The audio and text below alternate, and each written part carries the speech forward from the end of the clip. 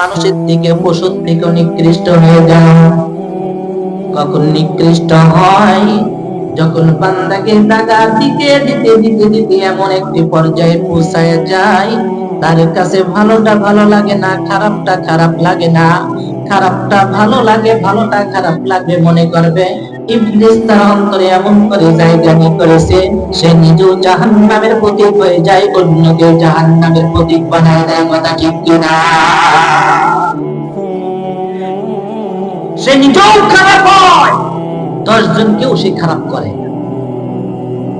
আমি পাপ করি, এই পাপটা নিজ পর্যন্ত রাখা, আমার বন্ধু মহলে যাই ওই পাপের কথা না বলা। কিসের জন্য? যখন আপনি পাপ করে ফেলে, অপরাধ করে ফেলে, অপরাধ করার পরে যখন অন্যের কাছে ব্যক্ত না করা হয়, তখন আল্লাহ পাকের কাছে যাই বলে যে এই বান্দা এর অপরাধটা অন্য কোনো ব্যক্তি জানতো না। যখন না জানতো, আমি আল্লাহ রাব্বুল আলামিন একা জানি, আমি ওইটাকে গোপনে সারিয়ে আমি তাকে ফুলসিরাতের পথকে পাড়ি দিয়ে দিই। সবাই বলি সুবহানাল্লাহ। এই কারণে দয়া আল্লাহ রাব্বুল আলামিন ঘোষণা করে দিলেন, মুমিন হওয়ার জন্য শুধু কালেমা পড়লে হবে না, আবার ফের মুমিন হওয়ার জন্য আমল করলে হবে না। মুমিন হওয়ার জন্য শুধুমাত্র মসজিদে তাহাজ্জুদের নামাজ, 5 ওয়াক্ত নামাজ আদায় করলে হবে না। মুমিনের ভিতরে কিছু বৈশিষ্ট্য থাকবে। এই বৈশিষ্ট্য কয়টা যতক্ষণ পর্যন্ত না নিয়ে আসতে পারবে, ততক্ষণ পর্যন্ত এক ব্যক্তি কামেলে ওলি হইতে পারবে না। মানুষের ভিতরে এই আকল দিয়ে ওই বান্দা তখন কি করবে? আস্তে আস্তে ওই ব্যক্তির অন্তরের ভিতরে যখন শয়তান বেঁধে যায়, যখন শয়তান কাজ করে নেয়, সেই মুহূর্তের ভিতরে মসজিদের ভিতরে পাপের কাজ করতে থাকে।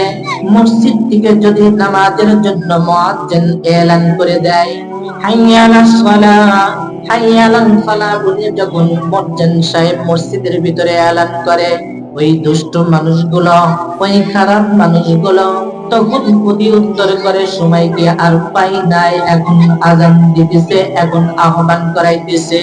কারণটা কি? নামাজ তার কাছে ভালো লাগছে না, তার কাছে মসজিদে যাওয়া ভালো লাগতেছে না। তখনই বুঝে ফেলবে যে ওই ব্যক্তি চতুষ্পদ যন্ত্র থেকেও সর্বনিকৃষ্ট হয়ে গেছে, এর ভিতরে কোনো সন্দেহ নাই। কথা ঠিক কিনা? এই কলবকে পরিষ্কার করার জন্য যুগে যুগে নবী পয়গম্বর প্রেরণ করেছেন। যুগে যুগে নবী পয়গম্বর পায়া দুনিয়ার ভিতরে প্রেরণ করে মানুষদেরকে আহ্বান করে দিয়েছেন, ও মানুষেরা রে, তোমরা শোনো, এমন একটি জামানা আসবে, যে জামানার ভিতরে কোনো নবী আসবে না, কোনো রাসূল আসবে না, ওলি আসবে, উলামায়ে কেরাম থাকবে। এই জন্যই তো পয়গম্বর আলাইহিস সালাতু ওয়াস সালাম বর্ণনা করেন, আল উলামা ওয়ারাসাতুল আম্বিয়া।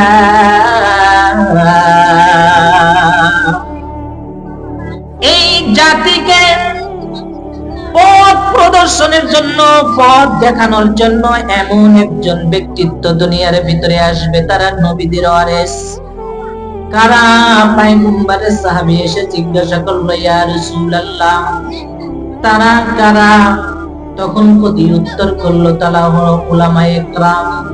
তাদের থেকে কেমন পথ পাওয়া যাইবে?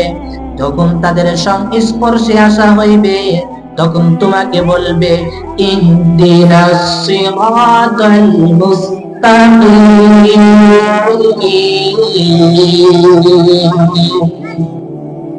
তখন ওই উলামায়ে কেরামরা তাদেরকে পরামর্শ দেবে, তোমরা সরল সোজা পথের ভিতরে চলো, যেই পথের ভিতরে কোনো কাঁটা নাই, যেই পথের ভিতরে তোমাদের কোনো প্রকারের অসুবিধা নাই, সেই পথকে তোমরা অবলম্বন করো। নতুবা তোমাদের স্থান হবে অন্য একটি জায়গায়, যে জায়গা হবে সেই জায়গা থেকে তোমরা ফিরে আসতে পারবে না। যখন উলামায়ে কেরামরা তাদেরকে বলেন, ও মুসলমান, তোমরা ফিরে আসো, আল্লাহ রাব্বুল আলামিনের যে বিধান দিয়ে দিয়েছেন, তুমি কালেমা পড়েছো, কালেমার ওজন জানা নাই। যদি কালেমার জানতে তাহলে পারে কালেমা পড়ে কখনো বেনামাজে থাকতে পারতে না। কালেমার যদি ওজন জানতে তাহলে পারে সুদের উপরে তোমার টাকাকে পরিচালনা করতে পারতে না। কালেমার ওজন যদি জানতে তাহলে পারে অন্যের জনের হককে তুমি নিয়ে না দেওয়ার ভান করে তার থেকে দূরে থাকতে পারতে না। কালেমার যদি ওজন জানতে একজনকে অযথা কষ্টের ভিতরে রাখতে পারতে না। কালেমা এমন একটি জিনিস, আমরা মুখ দিয়ে তেলাওয়াত করি কিন্তু বাস্তবতার সাথে প্রমাণ করতে গেলে পারে এই কালেমার জন্য অনেক মানুষ শহীদ হইতে পারে। কথা ঠিক কিনা? কেমন করে শহীদ হইবে? কালেমার ওজন কতটুকু? পয়গম্বর আলাইহিস সালাতু ওয়াস সালাম বর্ণনা করলেন, সারা পৃথিবী, সারা দুনিয়া, আসমান জমিন এবং তার মাঝখানে যদি যা কিছু আছে এইগুলোকে যদি এক পাল্লার ভিতরে দেওয়া হয় আর কালেমাকে যদি আরেক পাল্লায় দেওয়া হয়, দুনিয়া হালকা হয়ে যাবে, কালেমার পাল্লা ভারী হয়ে যাবে। সবাই বলি সুবহানাল্লাহ। বলে কেমন করে তো কাগজের উপরে লেখা যায়? দুনিয়ার ভিতরে যদি এক মুষ্টি মাটি দিয়ে কাগজের উপরে কালেমা লিখে দিলাম, দাঁড়ির উপরে দিলাম, কালেমার ভার তো কমে হয়ে গেল, ওজন তো বুঝতে পারলাম না। কালেমার ওজন বোঝার জন্য যে ঈমান ভিতরে থাকার দরকার, ওই ঈমানই তো তোমার নাই। তুমি কালেমার এই ওজন কেমন করে বুঝবা? কথা ঠিক কিনা? কেমন ওজন? হযরতে আদম আলাইহিস সালাতু ওয়াস সালামকে বানাইলেন, বানানোর পরে আল্লাহ রাব্বুল আলামিন আসমানের দিকে তাকানোর জন্য বললেন, আদম পয়গম্বর